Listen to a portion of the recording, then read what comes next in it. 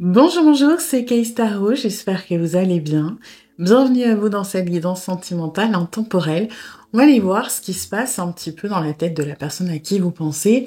On va refaire le tirage qu'on avait fait il y a un petit moment, qui était que j'avais basé un peu sur vice-versa avec la joie, la colère, la tristesse, la peur et qu'est-ce qui, dans votre relation, qu'est-ce qui est lié à vous, qui peut provoquer ces émotions ou comment on peut les expliquer. Voilà. Alors, pour vous aider à choisir, j'ai pris des cartes de l'Angélarium. On a en premier Bina avec l'œil gauche et la connaissance. Oui, c'est ça. Ensuite, chez Z avec la main droite et l'empathie. Et ensuite, en troisième, Chokma avec l'œil droit et la sagesse. Vous prenez le tas qui vous appelle le plus, et puis s'il y en a plusieurs, vous pouvez aller les voir. Ça pourra peut-être concerner différentes relations. Je vous laisse choisir et je vous dis à tout de suite pour votre guidance. Aujourd'hui, cette vidéo est en partenariat avec Présage, la première application de voyance française créée en 2016. Donc Présage, c'est une petite équipe d'une dizaine de voyants qui sont triés sur le volet et qui vont répondre à toutes vos questions. Les réponses sont toujours de vive voix et sous 24 heures. Et puis en plus, vous gardez l'historique de vos échanges. Vous pouvez aussi demander des consultations au téléphone ou en visio avec le voyant de votre choix.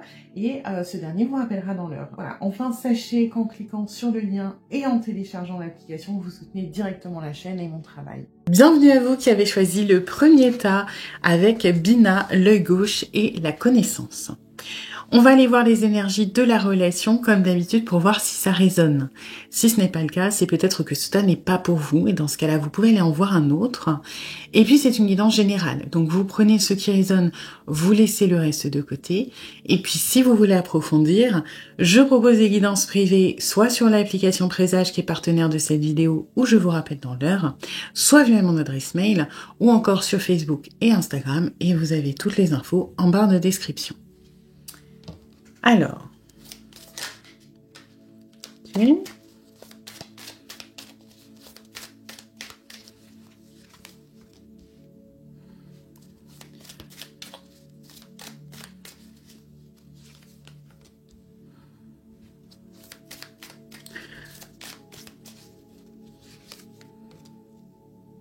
Ok.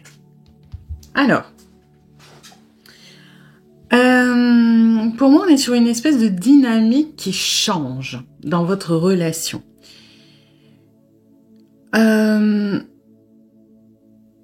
C'est comme si vous aviez peut-être eu, j'ai l'impression que le déclic qui vient de vous, une sorte de déclenchement, de réalisation, de compréhension qui fait que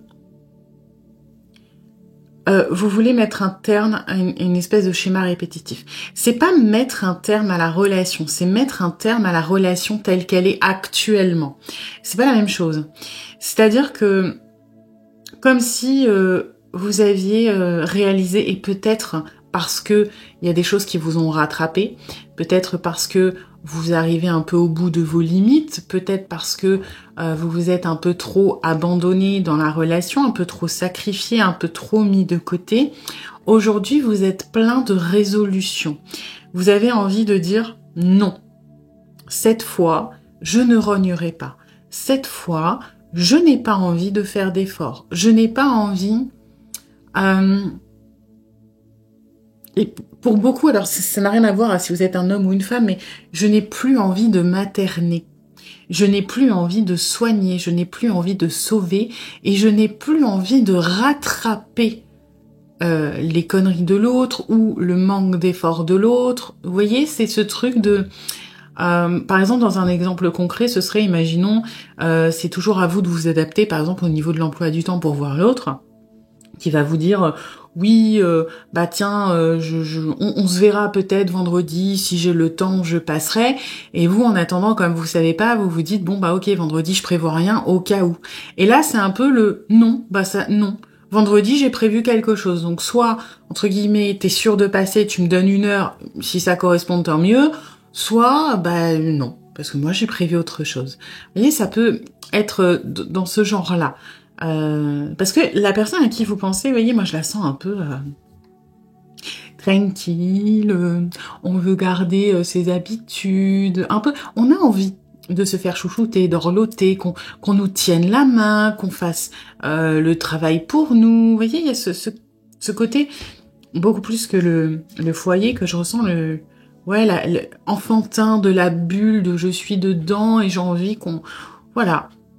Ben, on peut prendre cette image, par exemple, on pourrait dire que la petite fille, imaginons, elle est malade, ok ? Et puis la maman qui va lui apporter des gâteaux, des jouets, des machins. Puis là, la maman, elle écoute, ok, t'as eu une gastro, mais là, c'est bon, hein ? T'es plus malade. Donc, si tu veux jouer, eh ben, tu vas te lever. Si tu veux manger, tu vas venir manger avec nous à table. Ton état ne nécessite plus, quelque part, que moi, je fasse tout le travail. Et vous êtes dans cette réalisation-là. Non, je mets des limites, je mets un cadre, je mets un nouvel objectif. L'objectif n'est plus peut-être de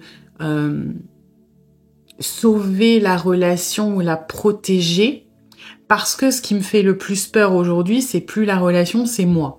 Parce que moi, j'arrive à bout, moi, je suis fatiguée, moi, j'ai plus l'énergie pour ça, donc non, je suis ferme, je suis déterminée, je ne céderai pas. Voilà. Donc, et il n'y a pas d'intolérance là-dedans, ou comment on pourrait dire, de côté borné et de manque d'empathie, hein, pas du tout. On est plutôt sur de la détermination qui est nécessaire. Aujourd'hui, moi, j'ai besoin de me respecter, j'ai besoin de penser à moi, j'ai besoin d'écouter aussi, hein, mon corps, mon esprit, j'ai besoin de m'affirmer, de pas me laisser faire, en fait, hein, quitte à être parfois un peu têtu. Voilà, sur certaines choses, parce que vous pouvez paraître têtu parce que vous avez été très conciliant avant, hein, donc forcément ça fait peut-être un petit décalage, mais je sais de quoi je parle. Voilà, aujourd'hui, je sais que j'arrive un petit peu au bout de ce que je peux donner, donc je resserre la vis. Voilà, attention peut-être à pas être dans l'excès sur certaines choses, parce que je pense que vous avez besoin de vous prouver que vous êtes capable aussi, et je vais pas dire que vous êtes irraisonné, parce que c'est pas ça, mais vous avez peut-être peur de reglisser ou de relâcher du lest, donc vous êtes peut-être un peu très ferme, ok ? Mais c'est pas très très grave. Donc ce qui fait qu'on est un petit peu à un carrefour, à une impasse, dans le sens où vous avez décidé que vous ferez plus d'efforts, ou du moins que voilà, il fallait vous affirmer et penser à vous. Et la personne en face, elle est un petit peu encore en mode « Oui, mais bon, moi, jusqu'à maintenant, tu m'as un peu mâché le travail, alors je sais pas trop. » On n'a pas le déclic de ce côté-là, donc forcément, on est un petit peu vraiment dans cette illustration. Vous êtes là, bah non, j'ai pas envie. Et la personne, elle essaie pas encore de se battre. Vous voyez, elle fait demi-tour, elle est un peu penaude de « Bon, ok, ça marche plus comme avant. Va peut-être falloir que je sorte les rames, les violons, les machins. » Ok ? Alors, du coup, on va faire le tirage. J'ai préparé mes petits dés. On va commencer par la joie. Qu'est-ce qui procure de la joie, hop, à cette personne? Ensuite, on ira voir la tristesse, la colère et la peur. Voilà. Je sais pas comment j'avais fait la dernière fois, si j'avais assez de place. J'ai pris des petites cartes, ça devrait aller. Alors, hop, qu'est-ce qui procure, on va dire, de la joie par rapport à cette personne, pour cette personne par rapport à vous? Ah bah, forcément, hein. Votre générosité. Eh oui. Cette manière que vous avez de vous occuper de lui ou d'elle, de prendre des responsabilités, de donner énormément. Alors attention, on n'est pas sur une personne qui vous utilise, etc. Mais c'est avantageux, ok ? C'est quand même... L'être humain, on va dire ce qui est, il aime la simplicité et il va toujours essayer de trouver une solution pour faire le moins d'efforts possible. Donc, si cette personne a trouvé, consciemment ou inconsciemment, une solution qui fait que vous faites les efforts et que il ou elle n'a pas besoin d'en faire, quelque part, eh ben, il ou elle ne va pas en faire. Et c'est vrai que ce qu'on aime chez vous, c'est... Alors, c'est pas pour vous utiliser, hein, attention, c'est plutôt que c'est rassurant. C'est rassurant parce que c'est vous qui prenez les responsabilités sur votre dos, c'est vous qui mettez des actions en place, c'est vous qui... Alors, c'est marrant ce que je vais vous dire parce que vous allez peut-être pas le voir comme ça dans la matière.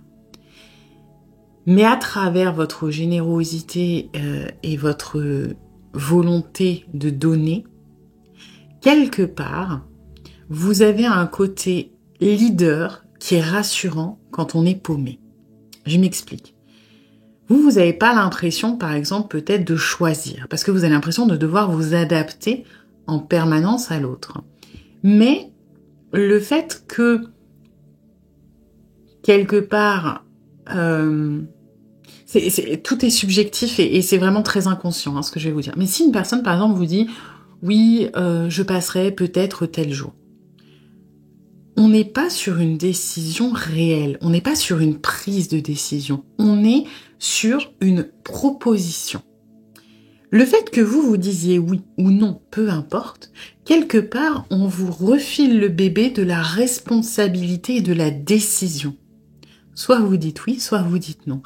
Et ce truc-là, inconsciemment, le fait que vous décidiez, vous validiez, etc., c'est quelque chose qui est rassurant pour cette personne. Parce que c'est, encore une fois, on se dédouane un peu du poids des responsabilités, des actions dans la matière, des conséquences, etc. Donc, on a une personne qui est très...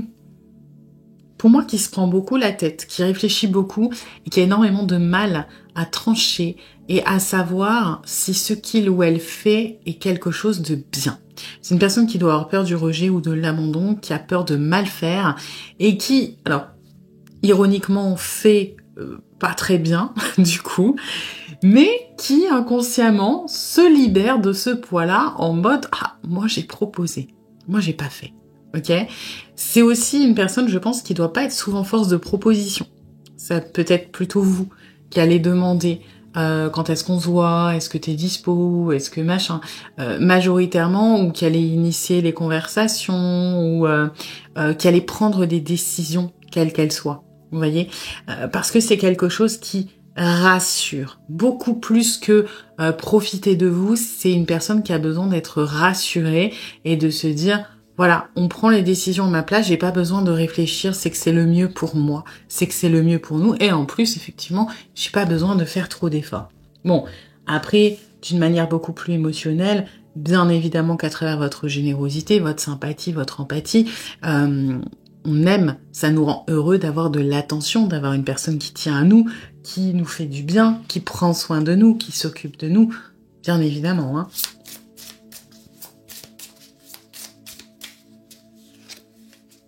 Ouais, vous voyez, vous gérez nos contrariétés. Vous gérez peut-être les choses qu'on n'a pas envie de gérer. Hein. Alors, sans dire qu'on vous voit comme une maman ou un papa, bah, on sait quelque part que quand on a quelque chose qui va pas bien, quand on est stressé, quand on est angoissé, quand on est perdu, hein, encore une fois, et je pense que ça, c'est des choses qui arrivent souvent pour cette personne, quand on a des déceptions, quand on a des ennuis, eh ben, vous êtes là. Et vous êtes là pour nous sortir du pétrin, pour... alors, c'est pas forcément, encore une fois, c'est pas forcément que vous allez nous sauver, mais vous allez nous aider à relativiser, à voir les choses d'une autre manière, à nous donner le coup de fouet qui nous manque, le coup de boost, nous donner une autre vision des choses, ok et ça, c'est... On se sent moins seul.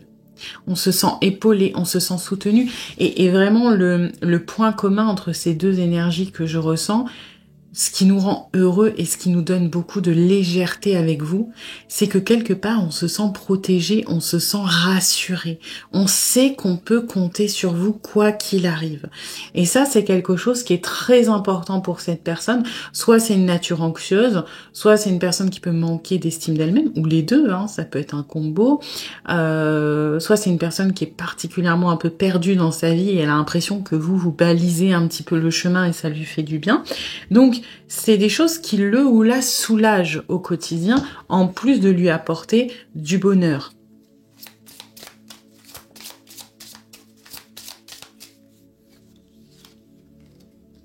Ah, vous voyez, on est encore dans des... À chaque fois, hein, la contrariété et les nuages, c'est un peu la même énergie. Vous voyez, c'est que vous êtes le coup de vent qui va faire passer les nuages de l'orage.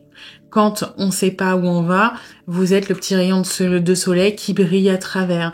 Vous êtes une présence, une personne qui nous enlève nos doutes, nos incertitudes, tout ce qui nous inquiète en fait. Avec vous, on se sent... Alors, de manière générale, on a l'impression d'être moins stressé, d'être moins angoissé parce que on a en arrière-plan ce petit réflexe de sécurité de vous êtes là, donc tout va bien se passer.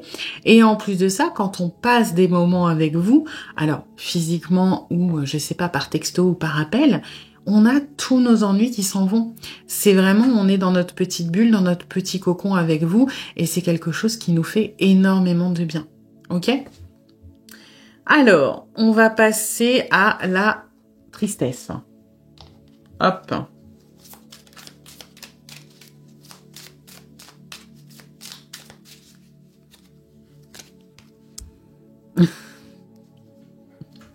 Oui. Pourquoi pas. Alors, on n'est pas dans les peurs, hein. On est dans la tristesse. Et pour moi, c'est un peu bête, mais j'ai l'impression qu'on s'autorise pas à vous aimer pleinement ou à accepter votre amour. Pour moi, là, ce page de couple, il parle d'amour de soi et on n'a pas beaucoup d'amour pour nous-mêmes, hein. On manque d'estime de nous, on manque de confiance en nous et on vous idéalise beaucoup, on vous respecte beaucoup et j'ai un peu cette dissonance de vous êtes trop bien pour nous. Donc on peut s'autoriser à vous aimer un petit peu de manière secrète dans notre tête, etc. Mais on ne peut pas s'autoriser à vous aimer réellement. Pourquoi ? Parce qu'on ne mérite pas, parce que nous, on ne nous aime pas. Donc pourquoi vous pourriez nous aimer ? Et il y a ce truc un peu de... C'est un amour impossible, c'est un amour inaccessible, c'est un amour qui est beau, qui est naïf, qui est pur, mais que je ne mérite pas. Et là, beaucoup plus que justement de l'angoisse, par exemple j'ai peur de pas être aimé, on en est tellement convaincu qu'on est directement en fait dans les étapes par exemple du deuil, on est directement dans la dépression, dans la tristesse, vous voyez, dans un peu l'acceptation biaisée de ok, cette personne ne m'aimera jamais réellement ou ne m'aimera jamais réellement sur le long terme, c'est-à-dire que si il ou elle s'attache, ça va passer parce que peut-être que cette personne se rendra compte de mon vrai visage ou trouvera quelqu'un d'autre et j'ai pas peur de ça parce que je sais que ça va arriver. Donc, je suis triste parce que c'est un amour impossible. Et là, Bina, elle prend son sens, il ou elle d'ailleurs, parce que Bina, ça va parler de connaissances. Et pour moi, on est sur une personne dont les connaissances sont biaisées. Vous voyez, on est plus dans les croyances limitantes que dans les connaissances. Je sais que ça ne fonctionnera pas. Donc mon amour est voué à l'échec. Mon bonheur est voué à l'échec. Donc ça me rend triste. Il n'y aura jamais d'amour réciproque. Il n'y aura jamais de fin heureuse. C'est très négatif, hein. Après, est-ce que cette tristesse, elle est liée à des croyances limitantes ? Oui, complètement. Mais j'ai l'impression qu'elle est aussi liée à effectivement peut-être une peur sous-jacente de la peur d'être rejeté, la peur d'être abandonné, mais qui est tellement enfouie que ça va s'exprimer directement comme ça.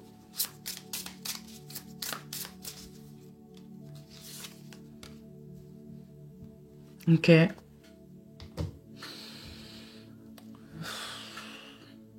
Ouais. C'est un peu étrange de voir ça ici, mais je trouve que ça confirme vraiment cette histoire de croyances limitantes. La spiritualité, elle va parler de foi, elle va parler de quelque part de signes, elle peut parler de synchronicité, d'intuition, etc. Et là, ce que j'ai, c'est que la personne à qui vous pensez, elle s'est convaincue. Encore une fois, on est dans les croyances. Elle s'est convaincue que c'est très ambivalent, hein, parce que elle s'est convaincue qu'il y a un truc entre vous, que c'est un peu le destin, que c'est pas pour rien que vous êtes là, mais elle s'est convaincue que, ben, encore une fois, hein, que cette personne n'est pas la bonne pour vous, que il ou elle n'est pas la bonne pour vous, la bonne personne pour vous, que c'est pas comme ça que ça doit se passer. Et en fait, ce qui est compliqué, c'est que cette spiritualité, là, moi, elle me parle de biais de confirmation un peu. C'est-à-dire que à chaque fois qu'il va y avoir, par exemple, une mésentente entre vous, un conflit d'intérêts, une divergence d'opinion, la personne à qui vous pensez, en fait, elle va attribuer ça à un signe. Vous voyez, par exemple, oh là là, on a discuté en rigolant du mariage, cette personne veut se marier, pas moi, c'est bel et bien la confirmation que ça ne marchera jamais. Et donc ça me renvoie à ce page de couple, donc ça me rend triste. Vous voyez, donc notre amour est impossible, donc ça ne fonctionnera pas, etc. Et là, c'est vrai que cette tristesse, de plus en plus, pour moi, elle est l'expression d'une peur enfouie. La peur, en réalité, effectivement, peut-être que ça ne fonctionne pas. La peur qu'il y ait un échec, la peur d'être rejeté, la peur de l'engagement, hein, peu importe, on ira voir après. Et ces peurs se sont transformées en convictions, en croyances qui s'expriment du coup par une espèce de tristesse et de mélancolie, voilà, ça sert à rien d'y croire, de toute façon les dés sont déjà jetés, je sais que ça ne fonctionnera pas, etc.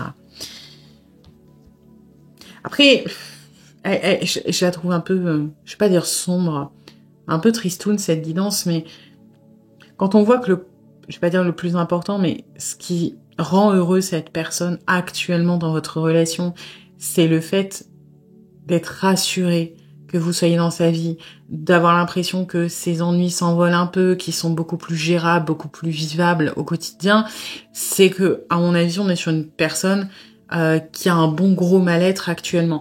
Ce qui serait pas en plus complètement déconnant, puisque vous, faut pas oublier que si vous en êtes arrivé là, a priori, c'est parce que vous avez tiré sur la corde.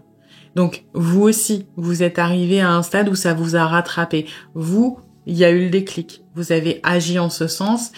La personne, elle essaie encore de rester au maximum dans sa zone de confort jusqu'à ce que il ou elle ne puisse plus pour avoir le déclic. Donc, c'est souvent dans les relations qu'il y a une espèce d'effet miroir. Si vous en êtes là, c'est pas étonnant que cette personne vous suive un petit peu le même chemin.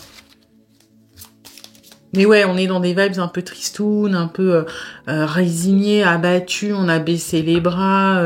Voilà, c'est pas le meilleur mindset du monde, hein, dans le sens où c'est absolument pas dans le jugement, mais on sent que la personne, elle est quand même écrasée par beaucoup de choses qu'elle a laissées de côté. Et là, ça commence à faire beaucoup, hein. Ouais, vous voyez. Alors, le fouet, là, littéralement, on a l'impression que peut-être il y a des conflits qui encouragent, hein, encore une fois, donc ça ne fonctionnera pas, on n'est pas fait pour être ensemble, etc. Mais plus que ça, moi, j'y vois les espèces de divergences d'opinion, conflits d'intérêts où on n'est pas d'accord. Et quand on n'est pas d'accord,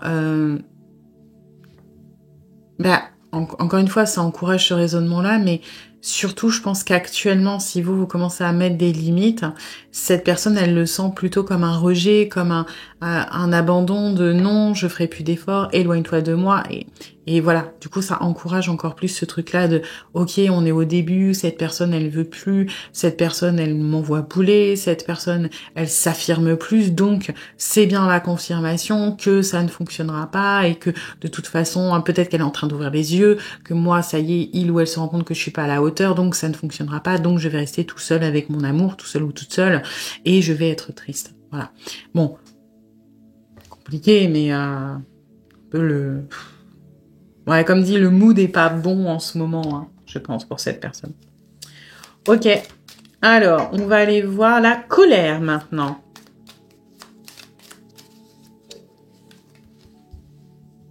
Ok. Alors, je trouve ça super marrant d'avoir une grande prêtresse ici, une papesse. Vous voyez, parce qu'elle est directement en conflit, entre guillemets, avec ce qui rend heureux cette personne. Ce qui nous met en colère, c'est l'impression.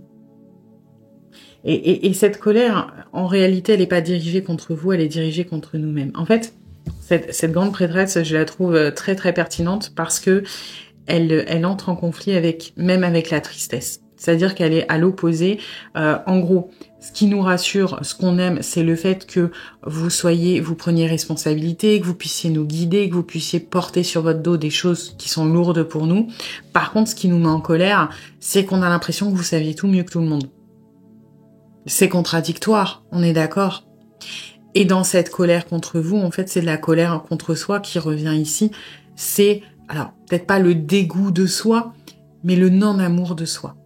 Pourquoi ? Parce que votre prestance, votre manière de fonctionner, votre assurance, votre détermination, votre capacité à prendre des décisions nous renvoie à notre propre incapacité à le faire.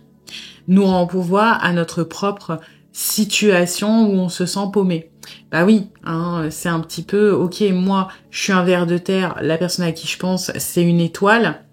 Ben, j'admire l'étoile, mais en même temps, je la déteste parce qu'elle me renvoie à ma condition de ver de terre. C'est un peu ça dans l'idée, hein. Je sais pas si c'est très clair. Le fait que vous soyez instruit ou instruite, le fait que vous ayez aussi, qu'on a le sentiment que vous en savez beaucoup plus sur nous que ce que l'on aimerait que vous en sachiez, et qu'en plus, vous gardez un petit peu les infos, dans le sens où vous allez pas... vous avez peut-être l'habitude des fois de dire « Non mais c'est bon, je sais comment tu fonctionnes, je te connais maintenant ». Et ça, c'est le genre de truc qui nous met un peu en colère, parce que si vous savez comment on est, si vous avez connaissance de ce qu'on essaie peut-être de cacher, nos mauvais côtés, alors vous êtes beaucoup plus à même d'ouvrir les yeux sur ce que l'on veut planquer, sur ce que l'on n'aime pas de nous, et donc potentiellement, encore une fois, de partir, de mettre un terme, de vous éloigner, etc. Donc là, vous voyez, c'est une colère qui est dirigée contre, entre guillemets, exprimée contre vous, mais à la base qui est dirigée contre soi-même, hein, contre notre propre mal-être.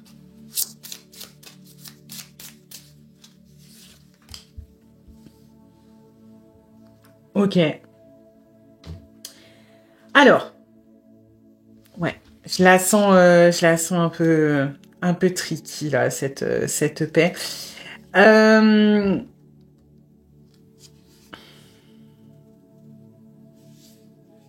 J'ai une notion de sabotage là-dedans. C'est un peu bizarre. Alors, déjà, vraiment pragmatiquement parlant, on n'aime pas trop quand ça va trop bien entre nous trop longtemps. Pourquoi ? Parce que le côté linéaire, le côté stable, le côté un peu monotone, parfois nous fait peur sur... Je vais pas dire que c'est une personne qui a besoin de vivre à fond, mais c'est une personne qui se méfie de l'eau qui dort. Voilà. Tant qu'il y a des conflits, tant qu'il y a un peu des montagnes russes, si on se déchire, on se réconcilie à la hauteur qu'on se déchire. Et puis si on se déchire, mais qu'on se réconcilie, ça veut dire que l'amour est plus fort que les différences. Vous voyez ?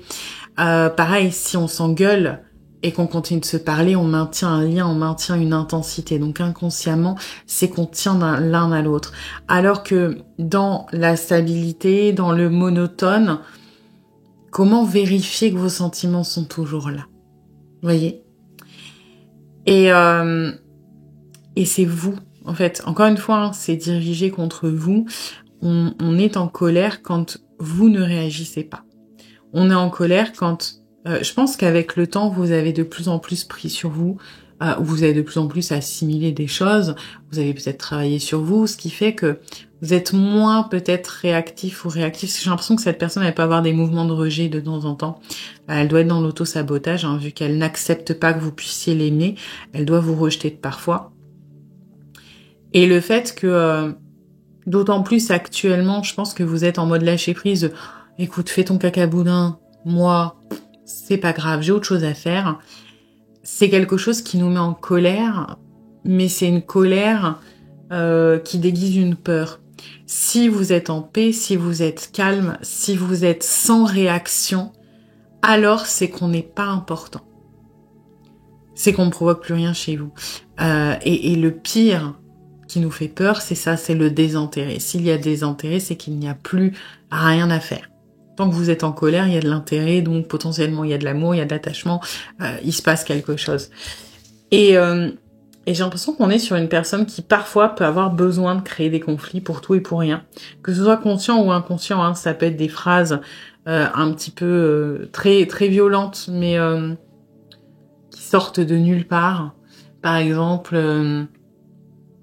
ça peut être vous rappeler que vous n'êtes pas officiellement un couple, alors que bon, c'est bon, vous le savez très bien, mais insister là-dessus, ça peut être provoquer des crises de jalousie, enfin, essayer de vous faire provoquer des crises de jalousie, donc vous titiller avec quelqu'un, parce que on cherche le conflit. Le conflit, pour cette personne, il est preuve d'intérêt, il est preuve quelque part de force des sentiments, et le fait que vous puissiez ne pas réagir et que vous cherchiez la paix parce que vous en avez marre, c'est quelque chose qui n'est pas compris comme quelque chose de positif, mais comme un désintérêt.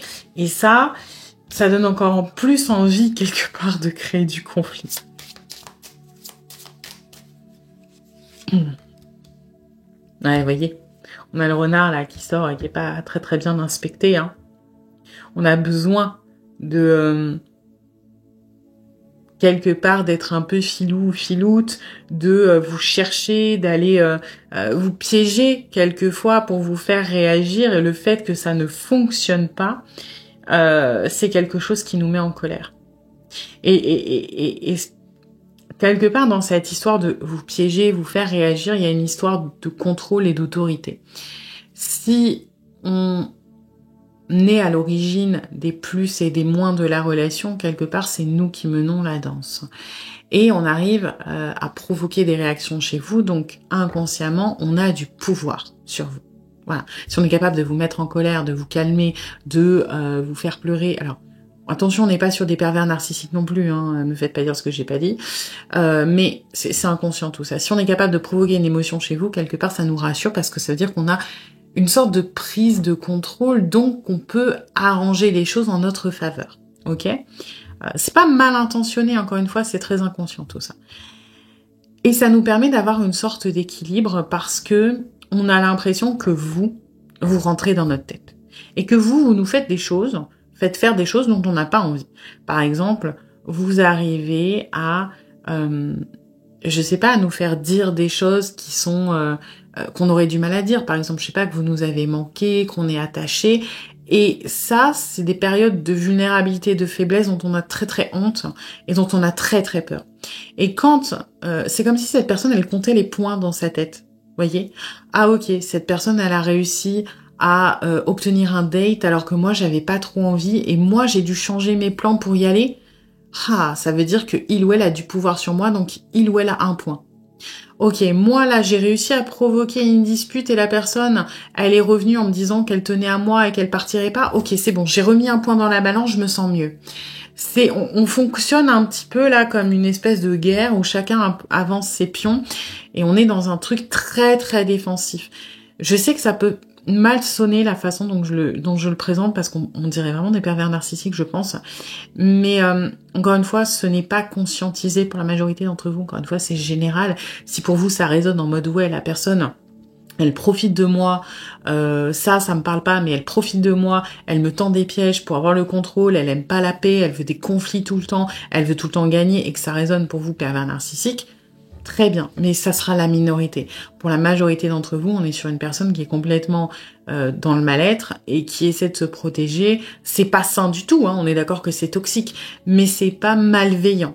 L'intention n'est pas mauvaise, c'est plus instinctif et inconscient, donc non maîtrisé qu'autre chose.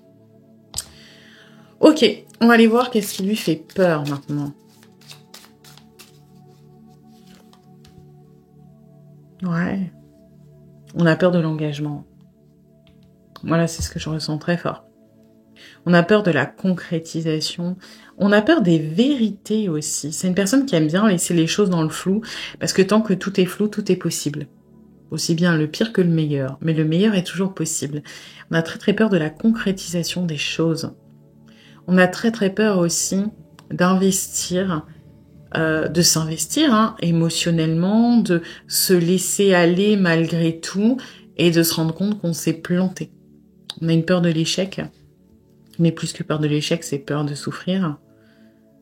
Et ouais, on a très peur de l'engagement, de la concrétisation des choses. C'est pour cette personne avancée, et là on le ressent, je le ressentais déjà un petit peu,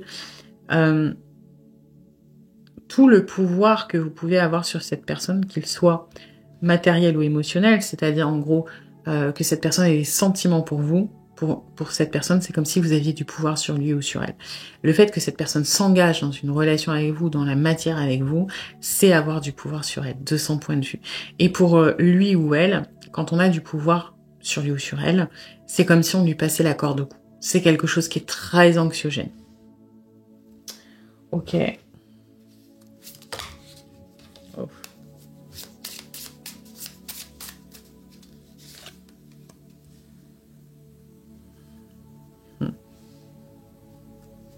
Là, je ressens, vous voyez le sous-jacent de la grande prêtresse, de la papesse.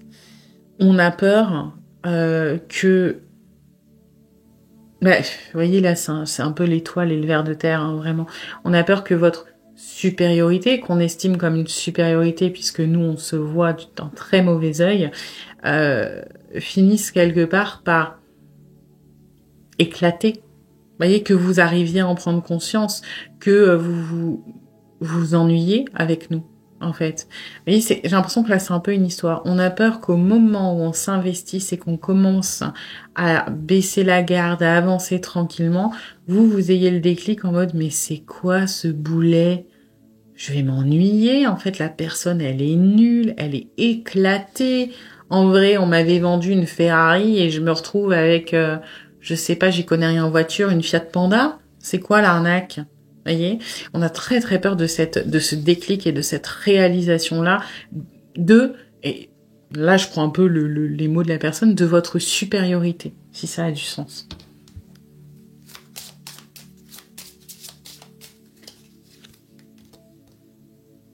Non, ouais.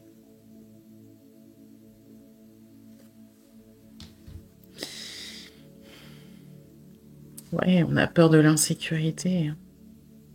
Mais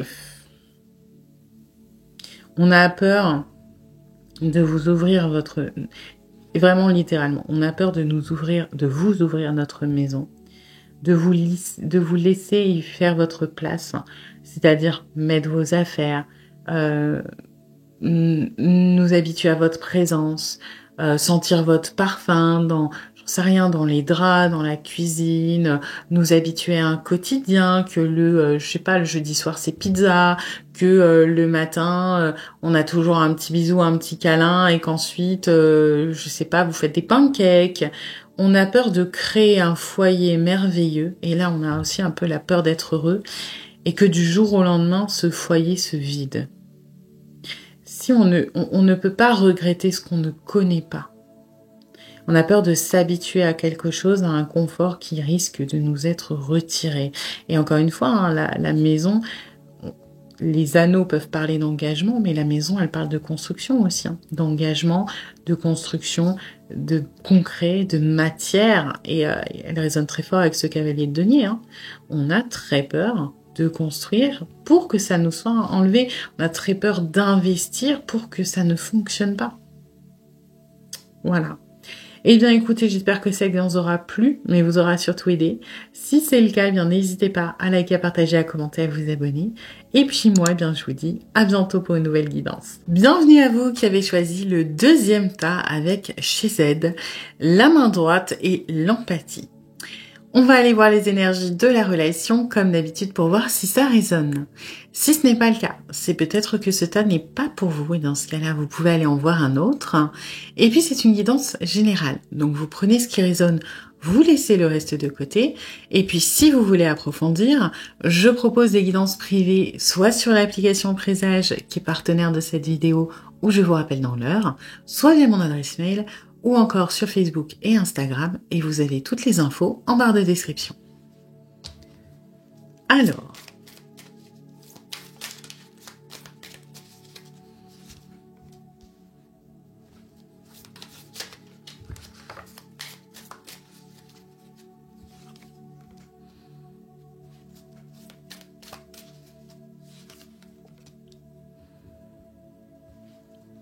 Ok.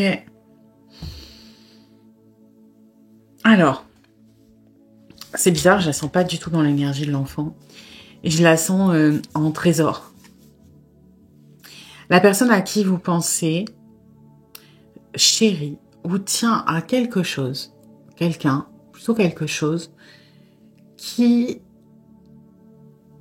de votre point de vue, je dis bien de votre point de vue parce que je pense que c'est plus complexe que ça, est plus important que vous. Ça peut être, dans les exemples, je tiens à ma liberté. Je tiens à ma situation actuelle. Ça peut parler d'un mariage. Hein. Je tiens à la stabilité, le confort de mon mariage. Je tiens à mes convictions, à mes croyances. Par exemple, je tiens au fait que pour moi, ma liberté est importante. Je crois que je le dis déjà, je sais plus. Je tiens au fait que pour moi, ne pas donner de nouvelles, disparaître pendant plusieurs jours, c'est ce que je suis et j'ai pas envie de me sentir emprisonnée, de devoir rendre des comptes ou de devoir donner des explications, etc. On est sur une espèce de un peu de manque d'empathie, justement, hein, de la personne à qui vous pensez, dans le sens où on est tellement obnubilé par quelque chose qui est important. Et je pense que peut-être ça va sortir dans le tirage. Qu'est-ce qui est important à ce point-là? D'où ça vient, en fait? Parce que c'est quelque chose pour moi qui n'est pas rationnel, parce que de votre point de vue, c'est incompréhensible. C'est pour ça que vous êtes comme ça. Vous êtes en PLS, vous êtes pas bien. Et ce truc têtu, pour moi, on arrive à une impasse. Vous voyez? Ouais, ça peut être je comprends pas pourquoi cette personne, pour elle, c'est aussi important de dire, par exemple, que il ou elle tient à son mariage, alors que cette personne ne fait que s'en plaindre. Si il ou elle s'en plaint, pourquoi est-ce que cette personne ne fait rien en ce sens? Pourquoi cette personne qui me dit par exemple qu'il ou elle-même ne fait rien pour avancer dans notre relation, alors que tous les éléments pragmatiques montrent que la solution, aussi compliquée soit-elle, ce serait que cette personne par exemple rompe et que nous on soit heureux, concrètement. Mais non. On s'accroche fermement à quelque chose qui, pour moi, est complètement subjectif du point de vue de la personne, mais du vôtre aussi, hein, attention. C'est-à-dire que, pour moi, vous êtes rentré dans une espèce de... Il y a un côté où c'est tout blanc, un côté où c'est tout noir, alors que la réalité, c'est un truc de gris. Vous voyez? C'est-à-dire que, oui, effectivement, peut-être que cette personne manque clairement d'empathie, ne se met pas à votre place, ne comprend pas votre douleur et votre souffrance par rapport à ça, qui bloque, c'est clair. Mais de votre côté, j'ai l'impression que ça tape dans une de vos blessures. C'est-à-dire, vous comprenez, je pense, parce que vous avez de l'empathie, vous comprenez, mine de rien, intellectuellement la situation. Ok, ça fait partie de lui ou d'elle. Ok, je comprends le machin. Mais je peux pas m'empêcher de le prendre personnellement. C'est-à-dire, je suis pas assez important ou importante. On ne m'aime pas assez. Et vous, ça va taper dans quelque chose qui est un peu sombre chez vous, qui est peut-être pas guéri, qui fait que ça vous met aussi mal. Et le truc, c'est que on arrive à une situation où c'est bloqué, des deux côtés. C'est-à-dire que vous n'arrivez plus à... Et attention, je dis pas que c'est mal, hein, y a pas de jugement là-dedans. Vous n'arrivez plus à mettre d'eau dans votre vin, par exemple, vous n'arrivez plus à être objectif non plus, parce que vous êtes tellement en souffrance que vous n'arrivez pas à le prendre différemment, on va dire, que personnellement, parce que ça tape très très fort et que avec les informations que vous avez, effectivement le lien qu'on fait, c'est que vous pouvez cette personne vous aime pas assez, par exemple. Et encore une fois, il y a pas de jugement, hein. Je pense que c'est que c'est bien aussi de penser à soi et de se dire non, moi la situation ne me convient pas. Ok, donc vous voulez plus faire de compromis, et ça c'est très bien. Et la personne en face ne veut pas en faire tout court, parce que vous, c'est plus de l'instinct de survie. Vous voyez, l'illustration, elle représente une personne qui a l'air d'être, on va dire, de la classe moyenne ou ouvrière, donc qui est pas très aisée, et qui a l'air de vendre des choses à des femmes qui ont l'air beaucoup plus fortunées. Vous voyez? Et on peut le voir de deux manières. Vous, si vous êtes cette femme, vous allez vous dire, non, je dois rester forte, c'est pas parce qu'elles ont de la thune qu'elles vont m'écraser, parce que si elles commencent à faire jouer leur relation, leur machin, et que moi, par exemple, je baisse mes prix, alors que elles ont pas besoin que je baisse leur prix parce qu'elles ont la thune, c'est moi qui vais en pâtir, parce que moi, j'ai pas beaucoup de moyens. Moi, si je commence à me faire un petit peu bouffer, ben, c'est moi qui vais subir les conséquences, alors que elles, si elles payent le plein tarif, elles ne verront même pas la différence, ok? Du point de vue de l'autre personne, ce serait plutôt non. Moi, j'ai décidé que je m'y connaissais mieux qu'elles. C'est pas parce qu'elles ont eu de l'éducation, c'est pas parce qu'elles ont de l'argent, c'est pas qu'elles s'y connaissent mieux que moi en tissu. Voilà. Moi, je vends, mettons, des étoffes. Elles ont beau en acheter des très très chères, ça veut pas dire qu'elles s'y connaissent mieux que moi. Donc non, moi, j'ai décidé que je savais mieux que tout le monde. Vous voyez? Et dans les deux cas, c'est plus la même histoire qu'on raconte. Mais on arrive à une espèce d'impasse. Là, dans votre situation, c'est une impasse. Il n'y a rien qui bouge. Cette personne refuse de renoncer et vous ne pouvez plus vous permettre de... En fait, vous êtes obligé de vous protéger de votre empathie. Là où il n'y en a pas, vous en avez peut-être eu trop jusqu'à maintenant et c'est ce qui vous met en souffrance. Donc aujourd'hui, vous êtes obligé de vous dire, ok, c'est bien de penser à cette personne, mais moi, je dois penser à moi. Moi, je suis dans la souffrance. Moi, je vois une impasse et là, je n'y arrive plus. Ok ? Dites-moi en commentaire de quoi il s'agit là. Qu'est-ce qu'on chérit comme ça? Parce que je pense que ça peut être vraiment tout et n'importe quoi. Hein. Ok, alors, mes jolis petits dés. Donc, on va faire en premier la joie. Qu'est-ce qui procure de la joie à cette personne dans votre relation? Qu'est-ce qui va plutôt procurer de la tristesse? Qu'est-ce qui va provoquer de la colère? Et en dernier, de la peur. Ok? Alors, zoup.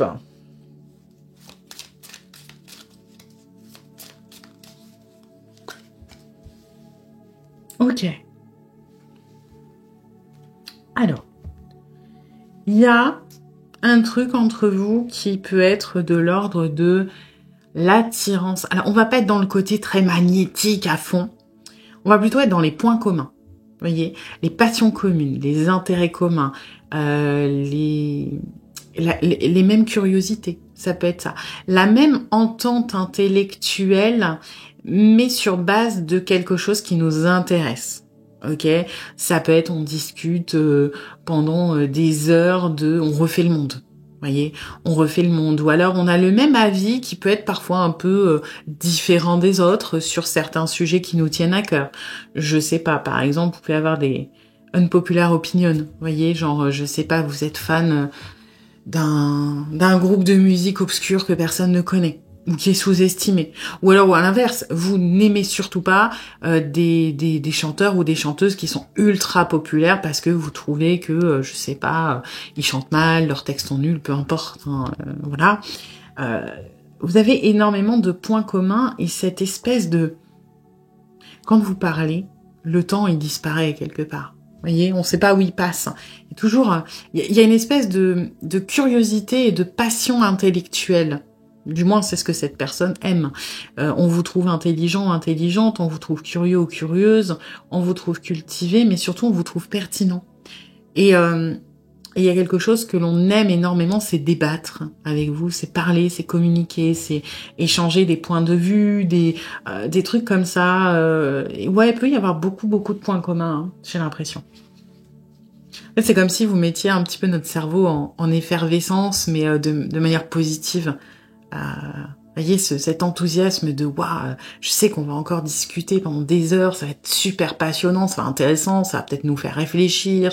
Il y a un truc comme ça vachement intellectuel qu'on n'explique pas. Hein. Alors c'est-à-dire que comme on est en général, ça peut être des discussions très poussées de on refait le monde, comme ça peut être on discute, je sais pas, au taf d'un dossier et à chaque fois on digresse un peu ou alors on a... Enfin, les échanges, quels qu'ils soient, sont toujours passionnés et passionnants. Voilà.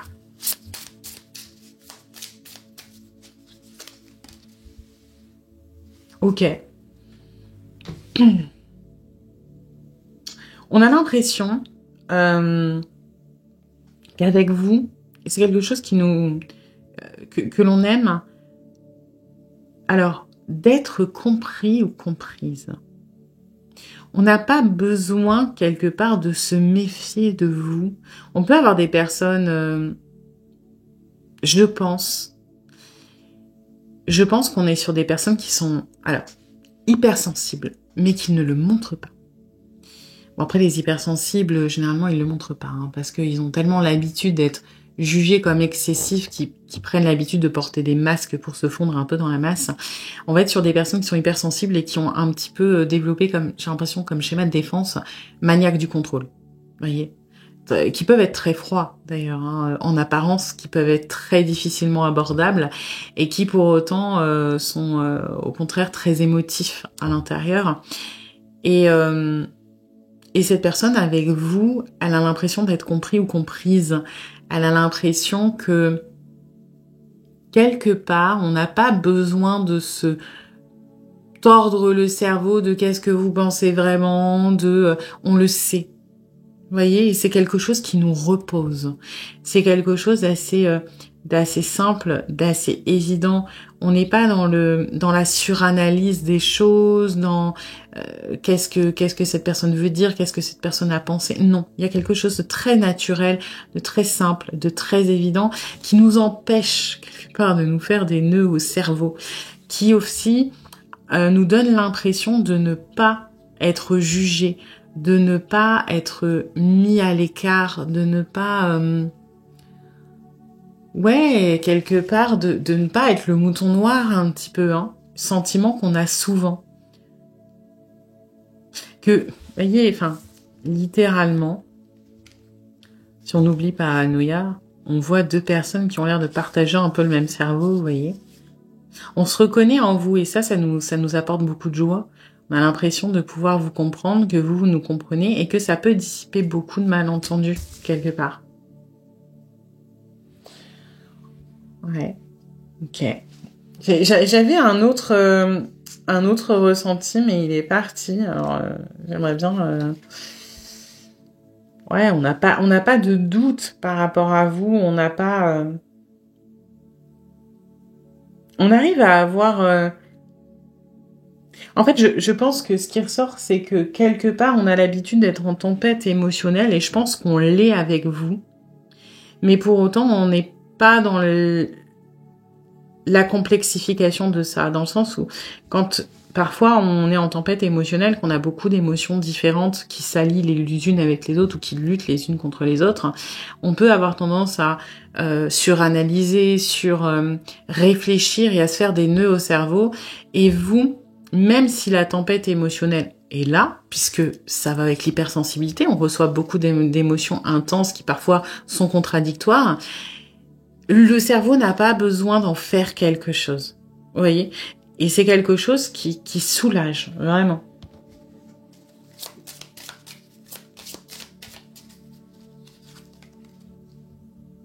Ok.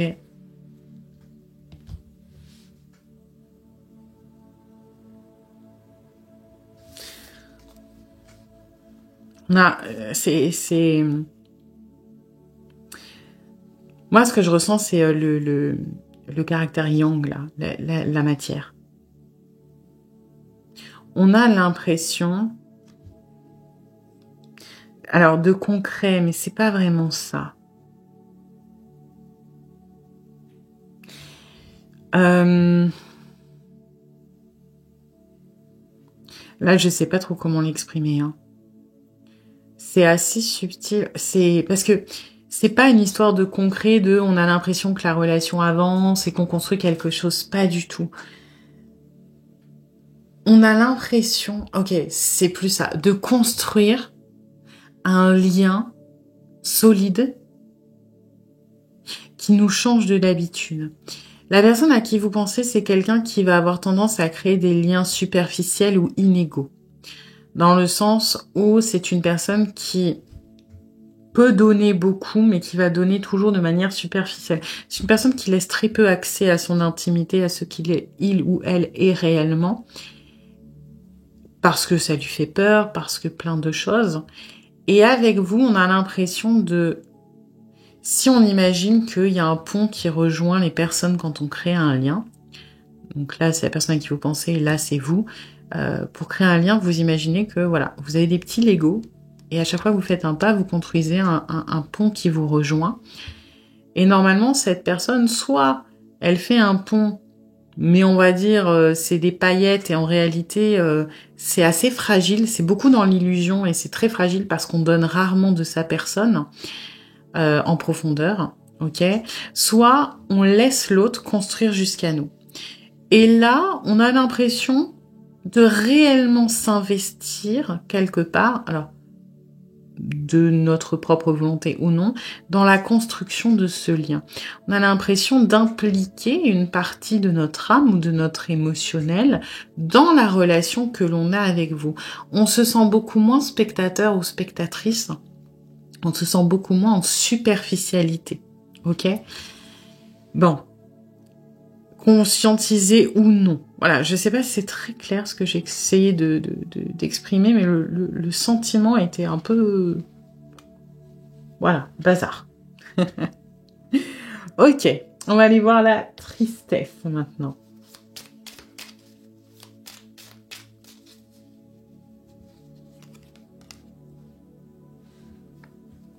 Ok. Alors, là pour moi, c'est clairement lié à la situation actuelle. On a l'impression, et c'est marrant parce que c'est un peu l'hôpital qui se fout de la charité, on a l'impression que vous manquez d'empathie actuellement par rapport à la situation. Bah forcément, vous avez dû vous en couper, vous, hein, quelque part. Que vous êtes un peu critique, que vous comprenez pas l'importance que cette chose a pour nous, que du coup vous ne respectez pas quelque part notre point de vue ou notre décision, que c'est un peu, je trouve ça un peu gonflé quand même, parce que justement là on en manque clairement d'empathie. Je trouve que après c'est un système de défense, mais on se regarde beaucoup le nombril, hein. Nous voilà, on aime bien la situation telle qu'elle est actuellement, on n'a pas envie d'en changer et c'est à vous de vous adapter là quand même, hein. Et là c'est triste parce que il ou elle veut pas faire d'efforts, parce que il ou elle ne comprend pas à quel point c'est important pour moi. Je suis mitigée là-dessus, hein. Je vous avoue, après tout dépend de quoi il s'agit, hein. On reste en général.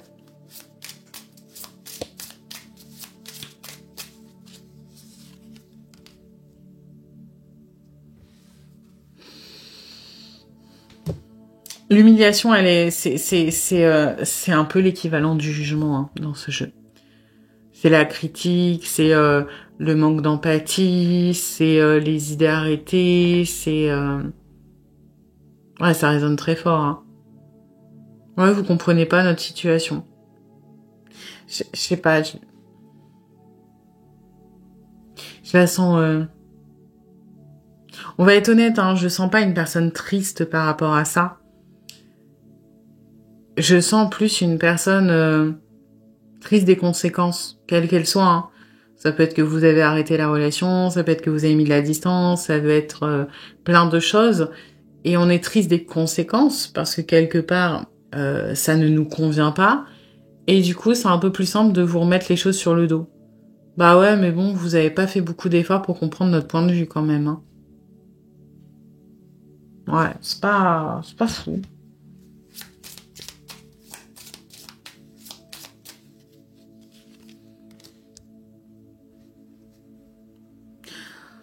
Ah, c'est gonflé. Ça m'énerve un peu là parce que c'est vraiment... De toute façon, vous avez pas vraiment compris, hein. Vous avez pas fait l'effort de tout savoir, de comprendre les tenants et les aboutissants. Vous vous êtes braqué. C'est un peu de votre faute quand même, hein. Bon, en réalité, je pense qu'on est... Le résumé, c'est qu'on est très triste des conséquences actuelles, quelles qu'elles soient, des intérêts de votre part, fuite, départ, prise de distance, peu importe, et que plutôt que de reconnaître que on a perdu quelqu'un d'important, que quelque part on a notre responsabilité là-dedans, eh ben on préfère dire je suis triste que cette personne elle ait pas voulu comprendre mon point de vue et on se met un peu en victime. Vous voyez, voilà, c'est pas très. Après ça ne m'étonne qu'à moitié. Hein. On est sur des gens qui sont très contrôlants. On est sur des gens qui sont très cadrés, qui sont limite psychorigides et qui, quand ils ont décidé de quelque chose, n'en démordent pas. Et estiment être dans leur droit. Alors après, ça dépend pourquoi. Hein. C'est très bien d'avoir des limites. C'est le respect de soi, etc. Mais bon, les limites, je vais pas dire qu'elles sont faites pour être bougées parce que sinon on n'y arrive jamais, mais elles doivent être considérées.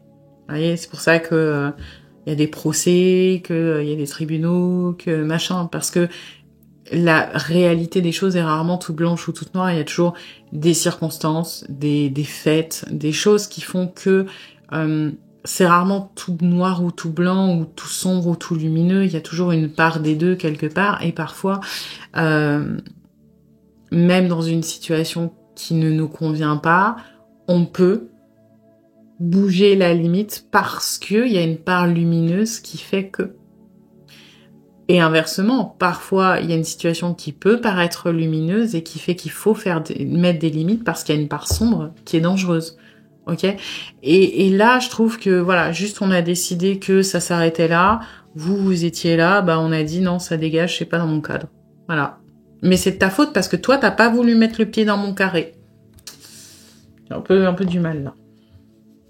Bon, on va aller voir la colère.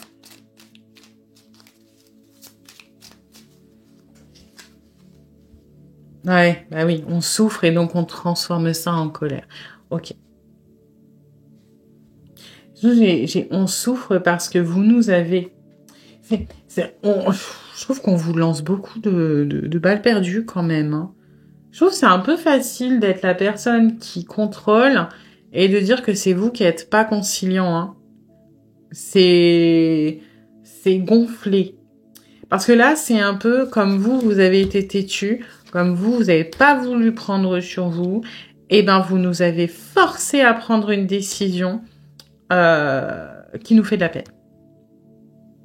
Parce que nous, on se tient à nos épées, hein, à notre mental, quoi qu'il arrive. Donc si vous faites pas en sorte de vous adapter, ah bah quelque part ça va trancher à un moment ou à un autre. Et comme vous n'avez pas évité que ça tranche, eh ben aujourd'hui on souffre de cette situation, mais c'est parce que vous avez pas voulu. C'est quand même très très redondant là. Hein. Bon.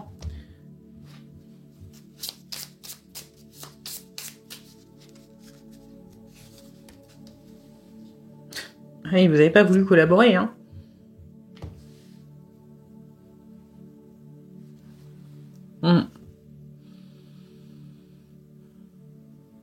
C'est... En fait, dites-vous bien que ça va dans tous les sens.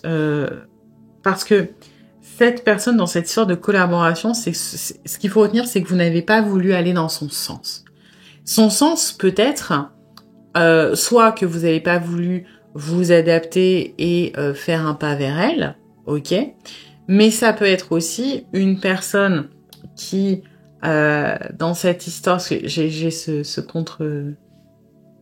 paradoxe ici, dans son histoire, par exemple, elle chérit, on va revenir au début, elle chérit son mariage, sa situation, et elle apprécie le fait de discuter avec vous, mais sa limite, ça peut être, il faut qu'il y ait absolument rien de sentimental avec nous.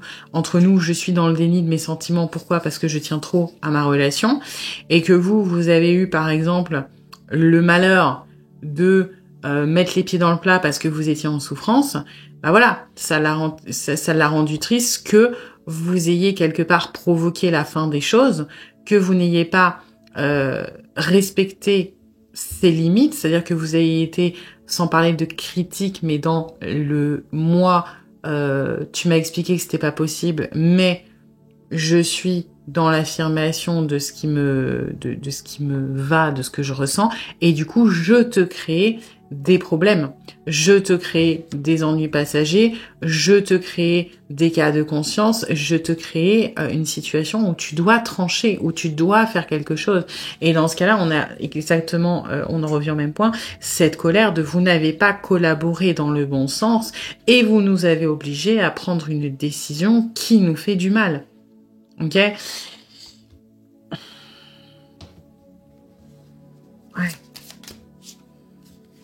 Il y en a trop.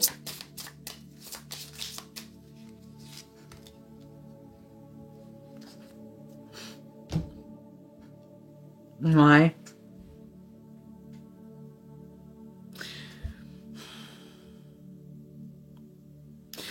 Vous avez... J'aime pas ça, parce que je trouve que c'est vraiment de la mauvaise foi, en fait. La personne, elle a pas... Encore une fois, hein, elle a pas complètement tort, mais elle a loin d'avoir raison. Hein. Je dis qu'elle a pas complètement tort dans le sens où... encore une fois, moi, je pars du principe que dans une situation, il y a toujours une face lumineuse et une face sombre. Et que... on a tous une part de responsabilité, etc. Donc, c'est pas 100% de sa faute, ok? On va dire ça comme ça. Mais là, je trouve on vous met vraiment à charge. Hein. Parce que là, c'est vraiment vous nous avez refusé le bonheur. Parce qu'on aurait pu tout avoir, quelque part. Hein. On aurait pu être heureux si vous aviez continué comme ça, si vous vous étiez pas entêté, si vous aviez pas voulu franchir la limite, quelle qu'elle soit. La limite, c'est que vous demandez plus, d'une manière ou d'une autre, hein, par rapport à cette personne. Vous demandez trop. Vous demandez quelque chose qu'on n'est pas capable de vous donner parce qu'on chérit quelque chose qui va en contradiction. Et vous avez fermé la porte, quoi. Parce que vous vouliez trop. Et ça c'est... Ouais, j'ai cette colère de vous avez empêché la fin heureuse, quelque part. Mais c'est un peu gonflé parce que la fin heureuse n'est clairement pas celle. Et quand je dis heureuse, c'est ni pour cette personne, ni pour vous. Hein. Surtout pas pour vous, mais non plus pour cette personne. La fin heureuse, c'est pas de suivre ses règles et ses limites. Hein. Parce que elle est dans une sorte de déni. Elle se raccroche à quelque chose qui est très important pour lui ou pour elle.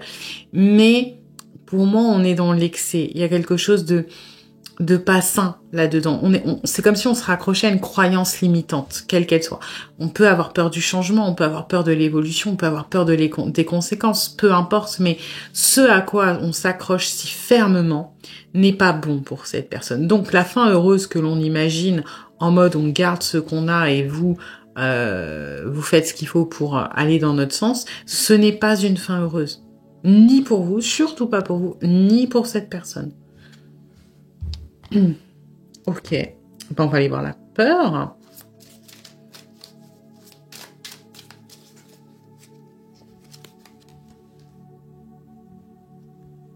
Vous voyez, là, ça y est. Là, on commence à avoir des réponses. Pourquoi est-ce que on s'obstine autant? Pourquoi est-ce qu'on est aussi intransigeant? Pourquoi est-ce qu'on est aussi hostile quelque part à votre volonté d'avancer, d'avoir plus, quoi que ce soit? On a peur de nos sentiments, on a peur de notre émotionnel, on a peur de tout ce que l'on peut éprouver à votre égard et on a peur que ce que l'on ressente à votre égard prenne le pas sur nos intérêts personnels. On a peur de manquer de lucidité. Si on prend l'exemple de cette personne s'accroche à un couple, par exemple, ou à un mariage, peu importe, on a peur que sur le coup de l'émotion, nos sentiments qu'on estime être temporaires, hein, parce qu'on n'oublie pas que c'est des maniaques du contrôle, donc les sentiments c'est temporaire, c'est pas rationnel, c'est pas du concret, nous fassent prendre une décision définitive qui n'est pas bonne sur le long terme pour nous. Ok ? On a aussi très peur de ce que vous ressentez. Sachez-le. Et là, je pourrais pas vous dire pourquoi, parce que j'ai l'impression que ça part dans tous les sens. Là, comme on est en général, on a peur de ce que vous ressentez parce que c'est trop trop par rapport à ce que nous on est capable de donner. Il y en a, c'est parce que du coup ce que vous ressentez, ça rend concret quelque chose qu'on n'a pas envie de reconnaître, potentiellement qu'on a des sentiments pour vous, etc. Ça part un peu dans tous les sens. Donc on a aussi très peur de ce que l'on ressent que vous ressentez. Voilà, si ça a du sens.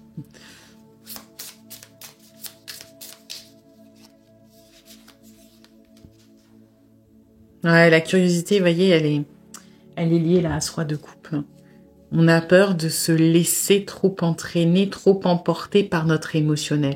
Et si on a décidé un jour de verrouiller notre émotionnel, d'être dans ses règles, dans ses limites, dans ce côté très carré, très froid en apparence, c'est parce que de notre point de vue, l'émotion, c'est très mauvais. C'est un très mauvais conseil.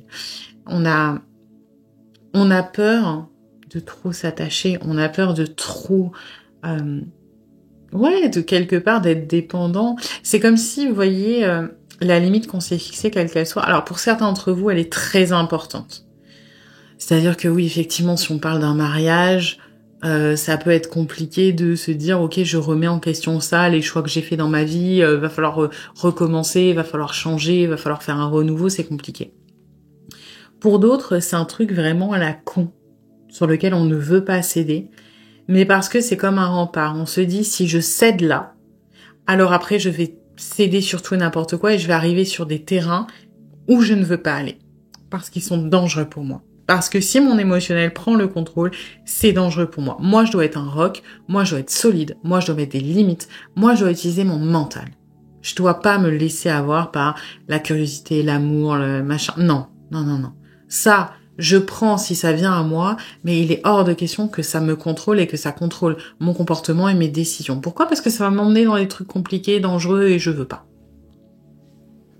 Ok.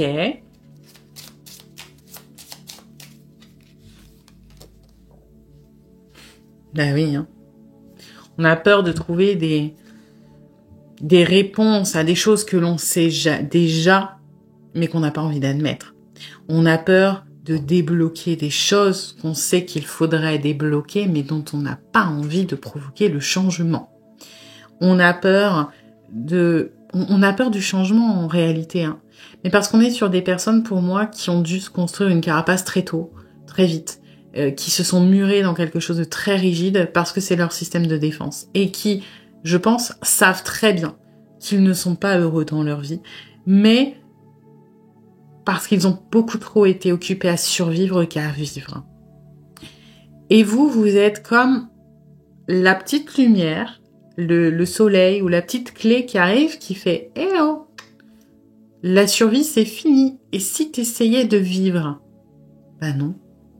On a trop bataillé, on s'est trop battu pour arriver à ce stade, tout ce qu'on a construit pour notre sécurité.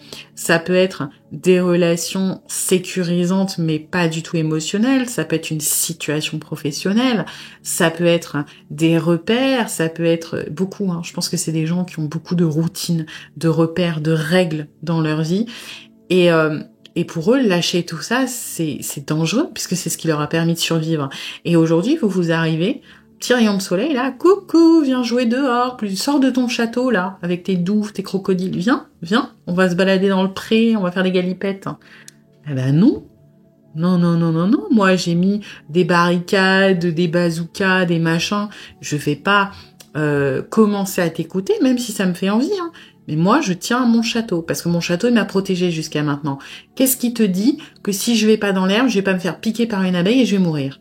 Eh ben non. T'es triste? Eh ben tant pis. Moi, ce dont il est question, c'est ma survie.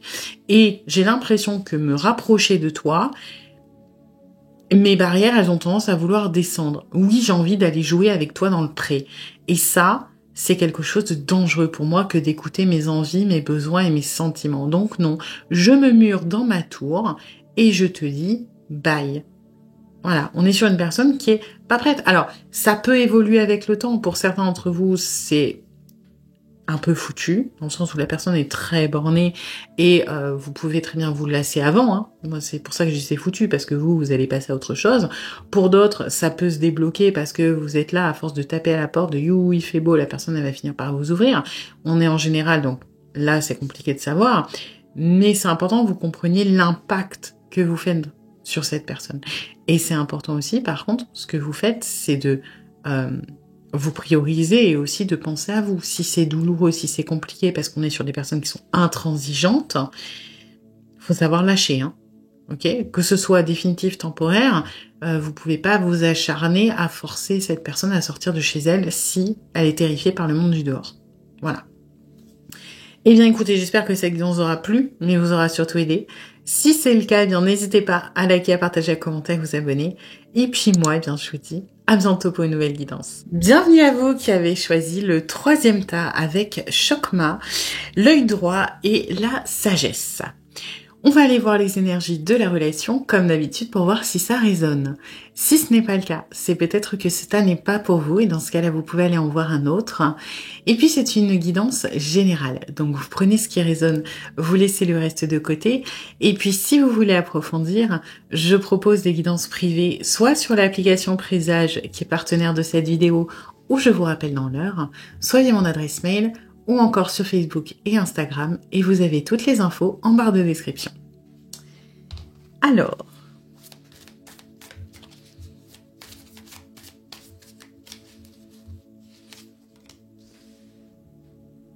ok.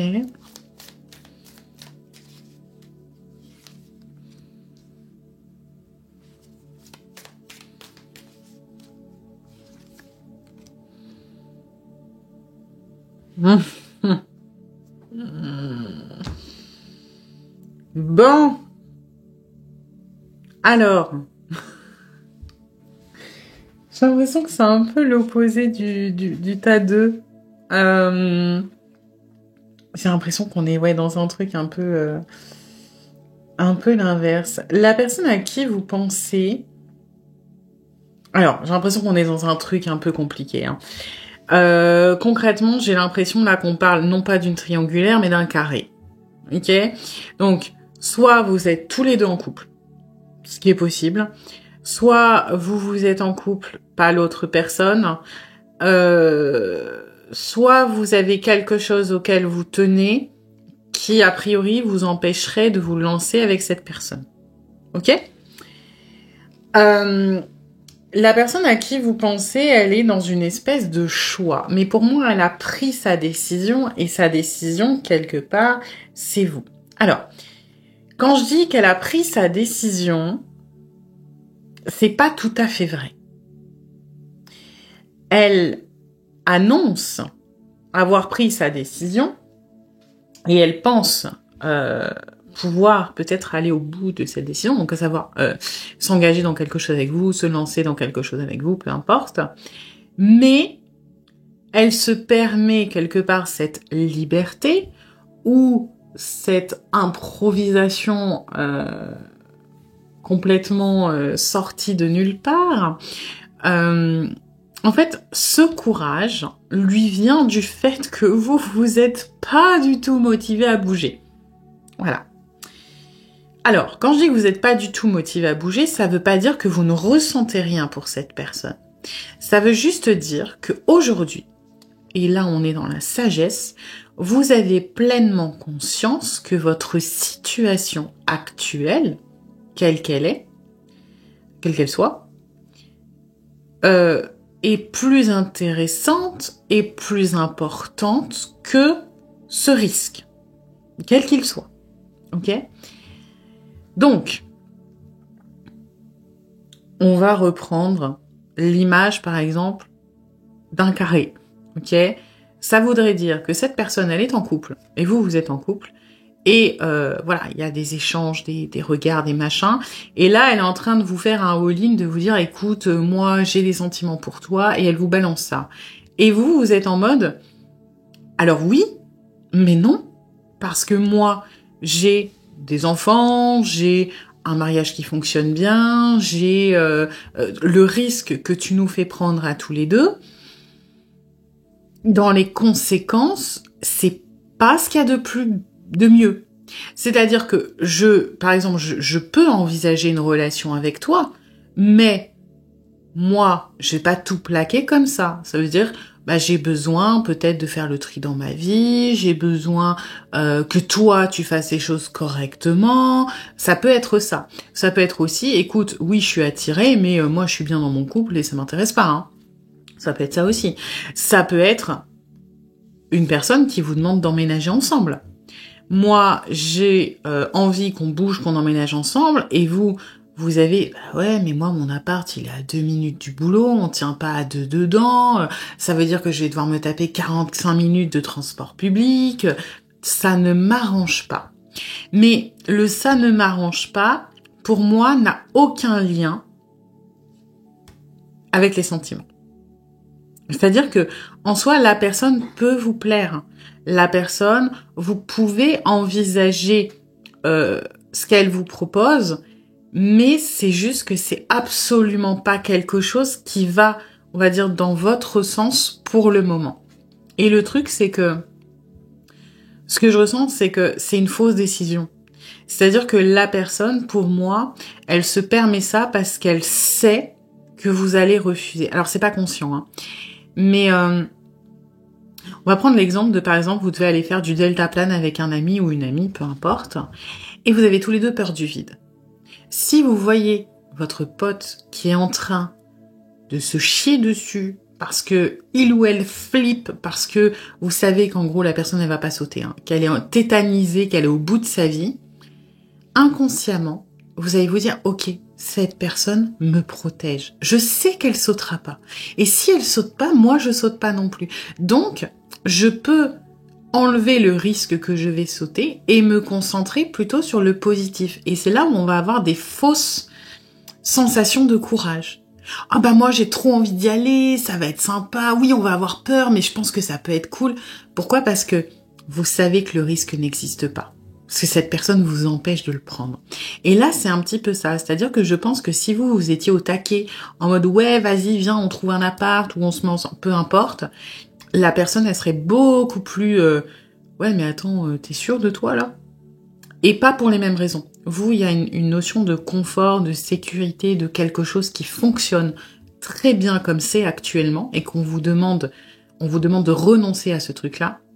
Alors que pour moi, là, on est sur une personne qui a plutôt des blocages à la base émotionnels. Vous voyez, peut-être la peur de l'engagement, la peur de, je sais pas, désolé pour les chiens, une peur quelconque qui est émotionnelle. Donc là, on se sent un peu pousser des ailes, et le truc, c'est que vous, ça vous arrange pas parce que ça a l'air quand même intéressant. C'est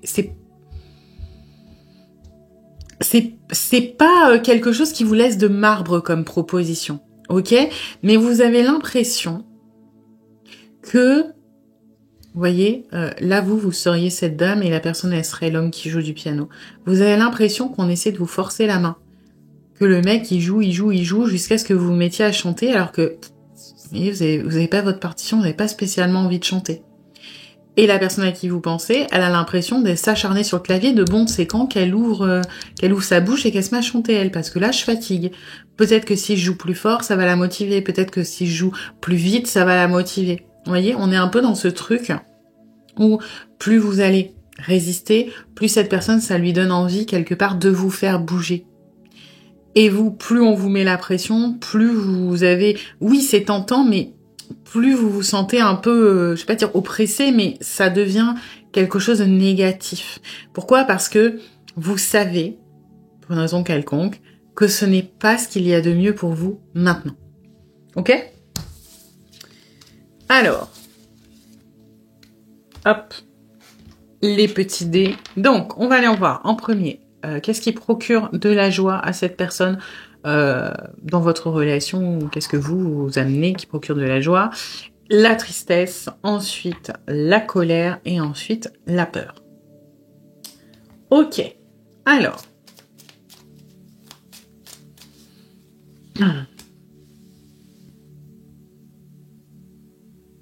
Ok.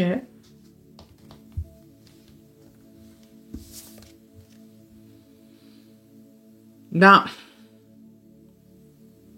c'est bête, hein, mais on en revient un peu à ce que je disais. c'est que si on enlève le risque, si vous bataillez contre nous, on peut se concentrer sur le positif. Si vous nous servez de garde-fou, cette personne m'empêchera de prendre les risques, cette personne va bloquer, donc je ne risque rien, alors je ne peux me concentrer que sur le positif. Je ne peux me concentrer que sur mes envies et mes besoins, puisque de toute façon, je peux oublier mes peurs. Cette personne va s'occuper de les bloquer. Ok ? Donc là, je sens un peu plus comme ça. C'est que, ouais, vous allégez, si ça a du sens, un peu la conscience de la personne. J'ai l'impression aussi que c'est bizarre que ça puisse paraître, hein, parce que vous bloquez les choses et que du coup on n'a pas forcément réellement à prendre le risque jusqu'au bout. Vous nous permettez d'envisager des choses qu'on a refusé d'envisager jusqu'à maintenant. Typiquement, c'est beaucoup plus simple de proposer d'aller sauter avec quelqu'un en deltaplane si on sait qu'il a autant peur que nous, plutôt que de quelqu'un qui, on sait, va nous dire « Allez, n'aie pas peur, tranquille, moi je l'ai fait doucement et tout va bien se passer. » Ok ? J'ai un peu de ça. On avait peut-être... Donc, peu importe les blocages de cette personne, hein, parce qu'encore une fois, pour moi, il y a des blocages, c'est des choses que... Je pense qu'on a voulu faire avant. Cette proposition qu'on vous a faite, là, quelle qu'elle soit, c'est quelque chose qu'on a peut-être envisagé dans notre vie avant. Mais qu'on n'a jamais eu le courage d'essayer parce qu'on était occupé à gérer nos propres peurs. Et le fait de cette fois pouvoir mettre en lumière cette dualité, mettre en lumière peut-être des décisions qu'on se refusait jusqu'à maintenant parce que la part de nous qui voulait pas être la part trop anxieuse nous mettait des bâtons dans les roues, et ben ça nous fait nous questionner, j'ai l'impression, sur certaines choses dans notre vie. Ok.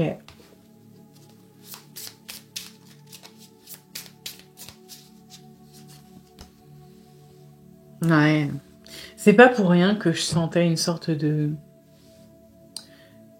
carrés, mais en vrai, je pense pas qu'il y en ait beaucoup des carrés. Enfin, c'est quand même pas si courant que ça. Je pense que soit vous êtes en couple et cette personne, par exemple, ne l'est pas. Et du coup, ben, ça peut être une personne qui normalement a peur de l'engagement et là se voit s'engager avec vous parce qu'elle sait que vous, quelque part, vous êtes bloqué. Soit cette personne est en couple, par exemple, et pas vous, mais vous, mettons, vous tenez à votre indépendance, à votre, je sais pas, stabilité, peut-être que vous avez prévu de déménager, de voyager, des choses comme ça, et cette personne n'avait jamais questionné, par exemple, son couple, ou n'avait jamais eu le courage de le faire, et là se dit, bah, je peux commencer à poser des mots et à envisager la rupture. Pourquoi ? Parce que je peux le faire en toute sécurité, je sais que j'irai pas jusqu'au bout, l'autre en face, il bloque. Vous voyez ? Et du coup, c'est une fausse joie, c'est plutôt que j'ai l'impression que la situation telle qu'elle est permet à cette personne de mettre des mots ou de tenter des idées, des solutions que cette personne n'avait jamais envisagées mais qui lui pèsent dans sa vie actuelle. Et pour moi, je pense que, alors attention, ça ne veut pas dire que cette personne ne vous aime pas, etc. Hein, et on reste en général. Mais je pense que si cette personne est attachée à vous, quelque part, c'est aussi parce que vous êtes indisponible, d'une manière ou d'une autre, et que ça la rassure dans son cheminement, dans sa prise de décision. Ce que je vous dis, hein, je sens qu'il y a des trucs en arrière-plan qui sont beaucoup plus bloqués que cette personne ne s'imagine. Et là, ce qui apporte la joie, ouais, c'est de se dire qu'on peut se libérer de certaines choses qu'on a en conflit depuis longtemps à l'intérieur de nous. Et quelque part, vous êtes presque comme une porte de sortie. Alors, vous n'êtes pas un pansement et vous n'êtes pas l'occasion de mettre un terme, c'est plus compliqué que ça.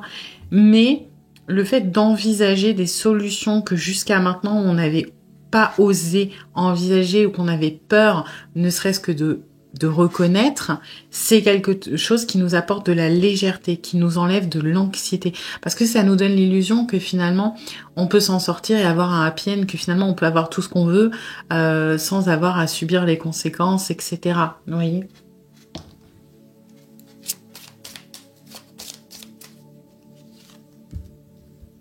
Voyez, on a la lune qui ressort. Tous les trucs qui étaient enfouis, qui étaient cachés, qu'on n'osait pas reconnaître, et ça, c'est la rupture avec quelque chose. Il y a quelque chose qui retient cette personne, quoi que ce soit. On est en train de les mettre en lumière, et quelque part, la lune, elle a aussi ce truc de... On s'autorise à rêver, hein. On s'autorise à sortir notre émotionnel, à rêver, à avoir des projets, à retrouver le goût de certaines choses, hein, j'ai aussi. Comme si on revit quelque part. On a retrouvé... Il y a un peu des énergies, je trouve, d'as de bâton. On retrouve de l'enthousiasme pour certaines choses, l'envie de tenter, de bouger, d'avancer, de se libérer aussi, hein, de beaucoup de choses. Ok. Vous êtes clairement arrivé dans la vie de cette personne pour des prises de conscience, hein, parce que là, elles sont mastoc. Hein. Ok.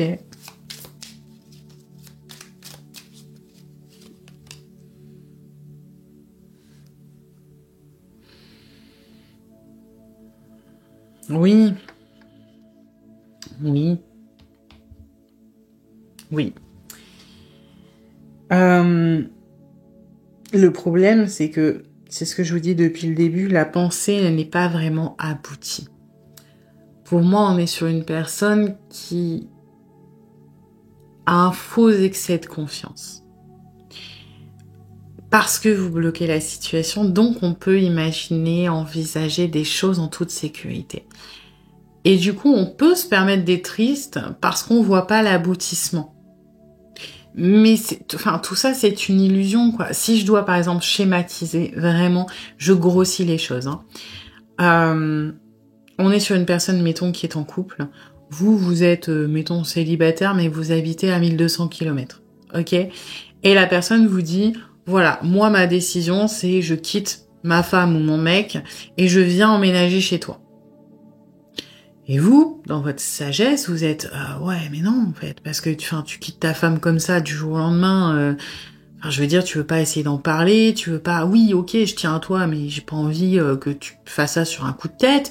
Et puis 1200 km, attends, comment tu vas faire? Puis moi, j'habite un studio, tu vas pas venir chez moi, c'est compliqué. Puis tu peux pas quitter ton boulot comme ça. Et puis, moi, ça m'arrange pas, quoi. Ok, c'est mignon, mais ça m'arrange pas. Et cette personne... eh ben, elle va se dire, ok, donc en fait, tous mes espoirs de moi, je pensais, je quitte ma femme ou mon mec comme ça, je retrouve quelqu'un, on est heureux comme ça, j'ai pas la tristesse du deuil, j'ai un pied à terre, je peux rebondir. En fait, j'ignore toutes les conséquences négatives et je peux vivre mon rêve.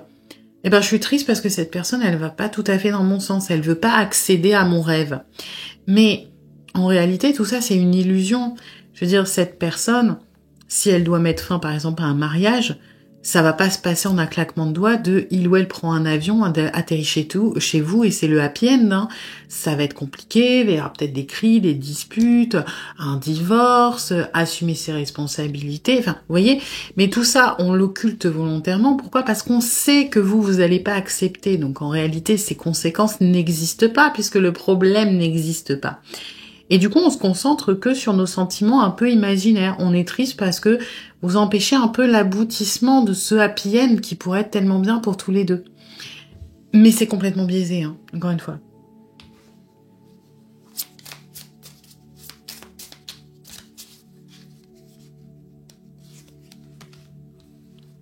Ouais, bah oui. Effectivement, la culpabilité, elle a du sens, quoi. C'est que, quelque part,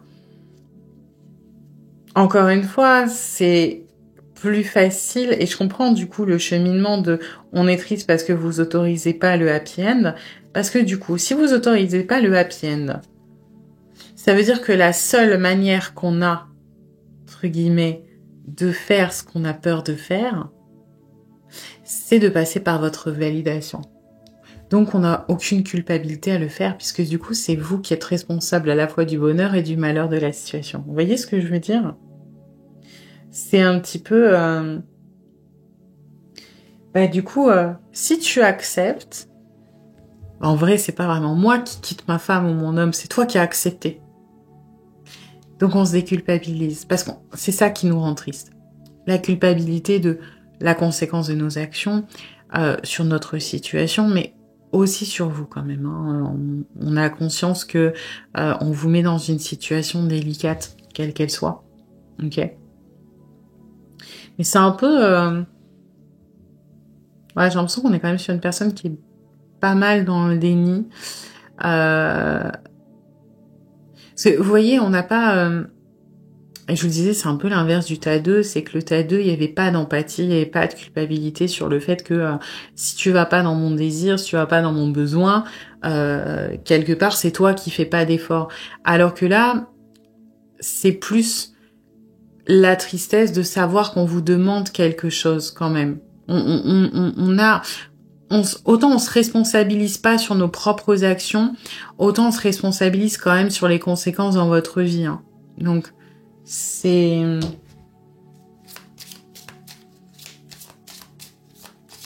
Quelque part, on vous voit comme un sauveur tout en sachant complètement que vous n'en êtes pas un, puisque c'est pas tout à fait réalisable. Hein.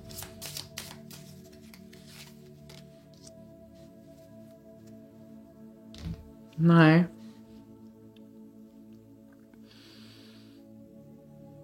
Ouais, là, moi, je le ressens plus, cette lettre, dans la dimension du contrat, là. Du contrat. Vous n'allez pas au bout du contrat. Vous n'allez pas au bout encore une fois, des espoirs, des rêves, des machins. Et du coup, il n'y a pas ce truc officiel, cette espèce d'arrêté qui... ouais, en fait, c'est particulier parce que on souhaite que vous soyez notre baguette magique, tout en sachant très bien que vous n'en êtes pas une. Vous voyez, c'est bizarre, hein. C'est que ça nous permet de rêver et d'espérer tout en sachant que vous ne permettrez pas que ça arrive. Donc, il n'y a pas vraiment de risque. Ok, on va aller voir la colère.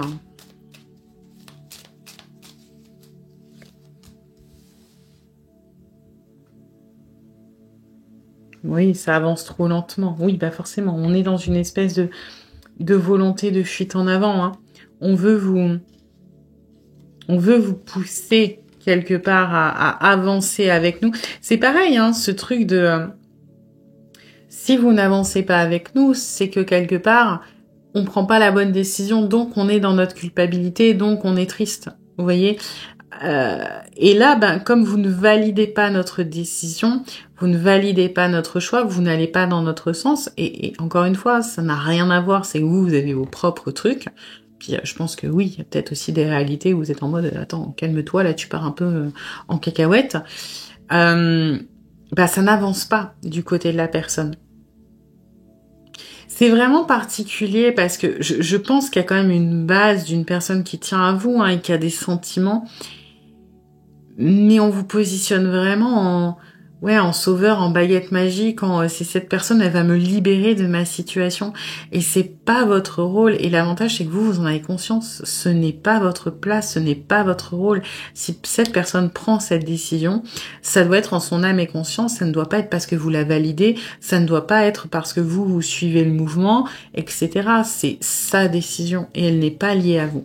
Et ça le ou la met en colère parce que ça ne bouge pas et que cette personne n'est pas décidée à avancer sans vous. C'est-à-dire qu'encore une fois, si cette personne est en couple, par exemple, et vous dit « je vais quitter mon compagnon ou ma compagne », si vous dites « bah fais ce que tu veux, mais moi ne m'implique pas là-dedans », cette personne va se dire « ok, mais si toi tu t'impliques pas, bah non, je ne peux pas le faire ». Donc, bah forcément, c'est plus facile d'être en colère de « bah vous n'allez pas dans ce sens-là ».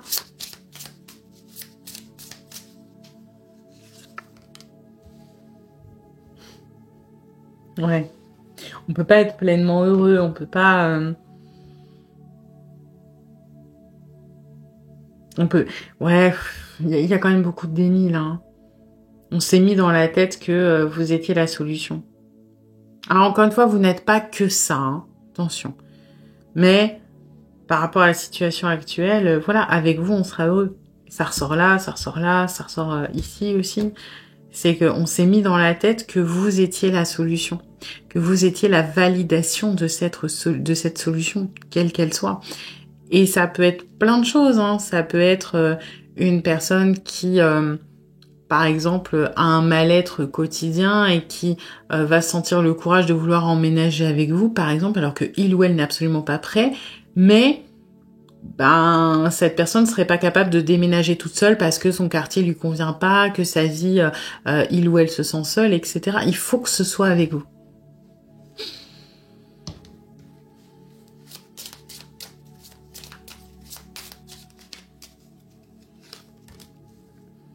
Ouais, vous voyez, tout est insurmontable sans vous. C'est reporté, c'est ralenti, c'est insurmontable, c'est compliqué en fait. Et nous, on a presque l'impression que, ouais, en gros, on doit monter cette montagne. On vous demande quelque part de l'aide et on a presque l'impression que vous voulez pas en fait. Que vous, je vais pas dire que vous nous mettez des bâtons dans les roues parce que c'est pas à ce stade, mais qu'on vous dit, écoute, j'ai besoin d'aide pour monter la montagne et que vous dites, non. Ou alors, pourquoi tu veux la monter, t'es qu'à pas la monter. Mais là, on s'obstine. On vous voit vraiment comme la possibilité de passer au-dessus de ça. Et comme c'est ralenti parce que vous, entre guillemets, vous mettez de la mauvaise volonté, c'est comme ça qu'on l'interprète, parce qu'on met beaucoup d'attentes, en fait, là-dessus. Hein. C'est pas, on vous en veut pas personnellement, c'est plus qu'on est frustré parce que ça ne va pas dans le sens dans lequel on veut. C'est pas vraiment de la colère, c'est plus de la frustration, là. Ok. Alors, on va aller voir la peur.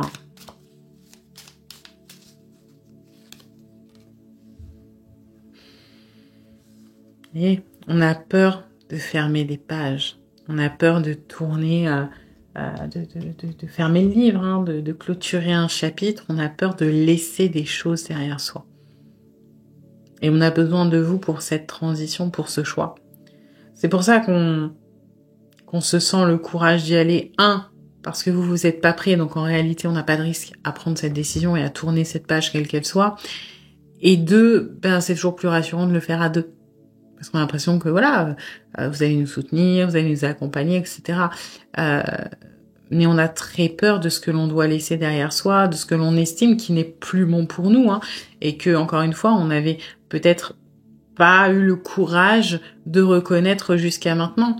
Et maintenant qu'on le sait, qu'on doit se débarrasser de quelque chose, qu'on doit rompre avec quelque chose, une habitude, un quotidien, une ville, une personne, peu importe, ça nous fait terriblement peur de le faire et de le faire seul.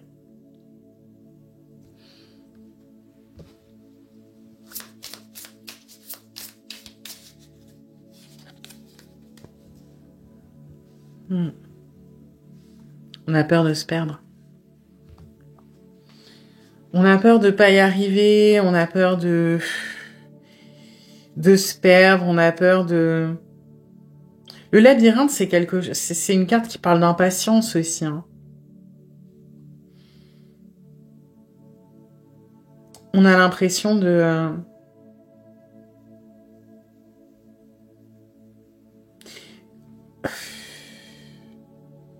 Je sais pas comment l'expliquer, c'est que on a peur de revenir sur... En gros, là, on est plus ou moins décidé, ok? Parce que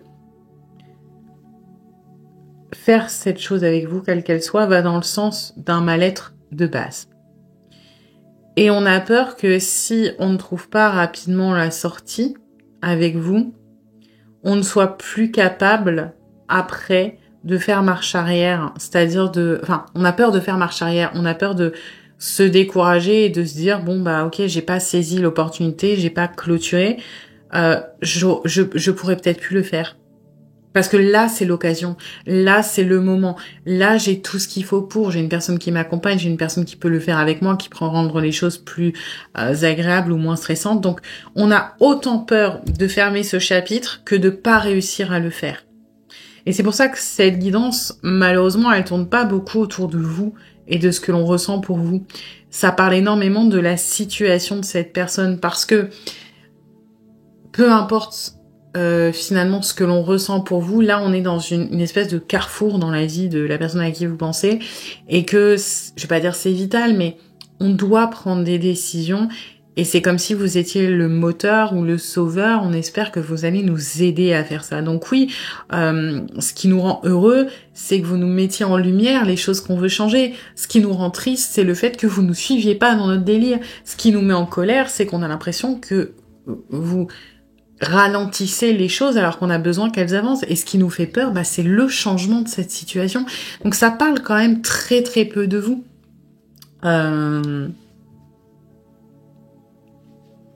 Je pense que vous êtes arrivé dans la vie de cette personne pour qu'il ou elle prenne ses décisions, arrive dans ce carrefour, etc. Après, pourquoi cette personne est dans votre vie? Voilà. Mais ça peut être quelqu'un, ça peut être un ami aussi, au début, qui vous demande des choses qui vous arrangent pas, quelles qu'elles soient.